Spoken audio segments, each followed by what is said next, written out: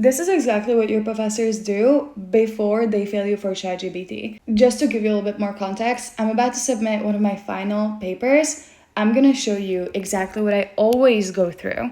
So this is one of my final essays, right? It's in Google Docs, normal thing. I go through this button. You click play writing report and it's gonna scan your entire essay. Natural typing pattern. Normal changes in speed and rhythm.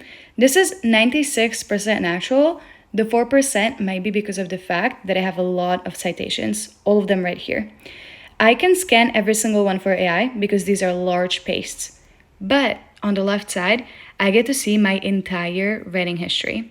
So I can skip through it, I can play it, whatever I want to do with it. But then at the very end, I have these two flags. So large paste, large paste. These are some of the citations that I have put in. These are going to have to be edited or deleted because otherwise that could be a fail.